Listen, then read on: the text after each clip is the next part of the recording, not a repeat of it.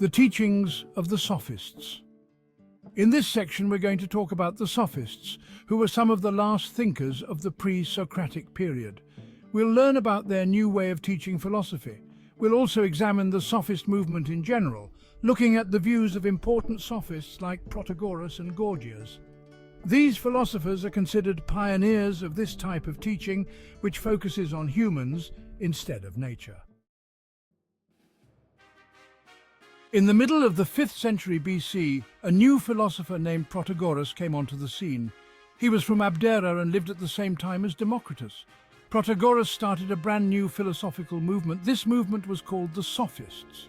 They were traveling teachers who went from city to city, giving lessons on different subjects. Unlike earlier thinkers, they weren't mainly interested in things like nature or the fundamental element. Instead, they were interested in humans. These teachers came from different professions, but they all had a wide range of knowledge. They knew about math, astronomy, music, history, geography, literature, and mythology.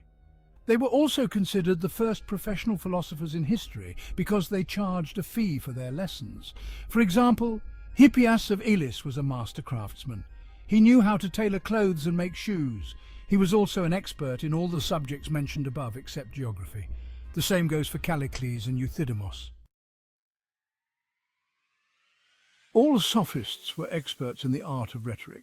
This means they were all very good at talking about their subjects in a way that was interesting and persuasive. They did this by using rhetorical techniques and figures of speech.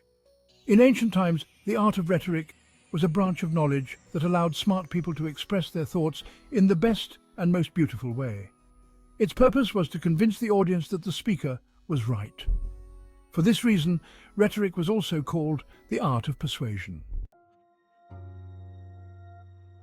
The first Sophists took their name from the positive meaning of the word Sophistes in the Greek world. They wanted to educate the public, especially in politics, by sharing their knowledge. However, over time the word sophist started to have a negative meaning in philosophy.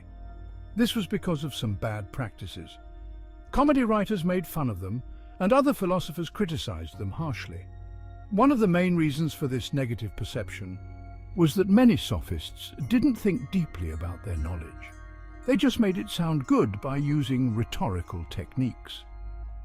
The second reason their reputation was tarnished was because they charged money for their knowledge. A third reason was that they believed everyone had the right to learn knowledge and virtue. They thought that even ordinary people could be involved in government if they were educated. These beliefs in particular made the aristocratic class very uncomfortable. All this negativity ruined their name. In the end, when people talked about a sophist, they weren't talking about a knowledgeable, intelligent, and skillful person. They were talking about someone who spoke empty words, a trickster, a schemer, and a cunning person. However, in the beginning, there were people who identified with the positive meaning of the word. These were professional teachers who gave lessons to young Greeks for a fee. They taught these lessons either in small private groups or by giving public speeches. Young people in Athens who were interested in politics were especially interested in the Sophists. This was because the Sophists taught and practiced the art of rhetoric, and they thought logic was very important. Gorgias, one of the Sophists, said, "Speech is a powerful master. When we hear this, we understand that being a good speaker was the key to power in 5th century Athens." So the Sophists' teaching subjects and techniques were very important for young people who wanted to have a successful political career. It was a unique experience for young people to think about the Sophists' provocative questions, to learn about their skeptical approaches, and to listen to their criticisms of society and the political structure. Skepticism. Yes, all Sophists were skeptical and enjoyed criticizing things. They constantly talked about how our senses are inadequate, how likely we are to make mistakes, and how impossible it is to know the absolute truth. They argued that tradition was against nature. They spoke out against those who blindly accepted man-made laws, social customs, and religious beliefs. Although they were constantly criticized for these views, they were also paving the way for a period that could be called the Greek Enlightenment. In other words, they were helping Greece produce its great thinkers. Famous Sophists and their skeptical attitudes. The first thing the Sophists were skeptical about was what their predecessors and contemporaries thought and taught about nature. The Sophists found these views to be lacking or incomplete, so they tried to explain them from a subjective point of view. They emphasized that every issue should be looked at from two different angles. However, the public often misunderstood and misjudged them. For example, Protagoras, who is considered the father of the Sophist movement, criticized earlier thinkers' beliefs about gods in his book, On the Gods. He said, "We can know neither that the gods exist, nor that they do not exist, nor what they are like. For there are many things that can prevent us from learning this. But the most important reason is that this matter is inherently uncertain, and human life is too short to fully understand this subject." With this thought, Protagoras was trying to explain that understanding the nature of gods is a difficult and long research topic. He felt it was something that couldn't be accomplished in a human lifetime. However, people accused him of atheism, and he had to flee to Sicily. He died on the way. Protagoras' ideas are human-centered. Being more knowledgeable. According to the Sophists, we shouldn't acquire knowledge just for the sake of having knowledge. We should use it in practice. It should be useful in life. This might make you wonder, if everything changes from person to person, what is the unchanging standard of knowledge? Protagoras answered this with, what is useful?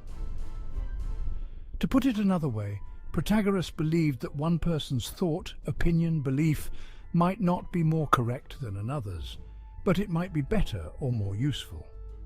Therefore, those who have more useful thoughts are more knowledgeable than others, and those who are knowledgeable can teach others. This is what led the Sophists to teach others what is better. It's the idea that led them to teach virtue, arit, to others. For the Sophists, being virtuous meant being a good citizen, and they believed virtue could be taught to anyone. The Sophists opposed laws that restrict humans, limiting their lives and preventing them from having new thoughts. They believed that man-made laws, plural in Greek, nomoi, singular, nomos, don't have any real power because they change over time and from place to place. The only law that doesn't change is the law of nature. Laws made by man are based on thoughts and are weak, while natural law applies to all humans. In the face of nature, Greeks are equal to each other and to foreigners, barbarians.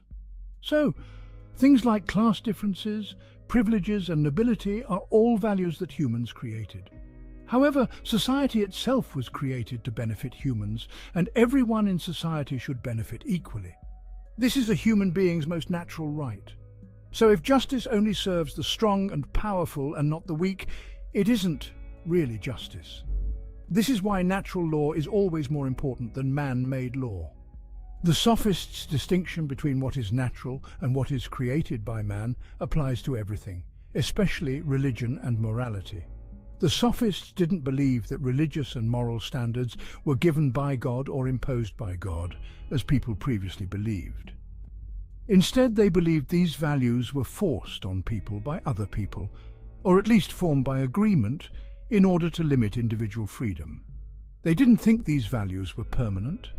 The rules about these things shouldn't be rigid, and they can be changed.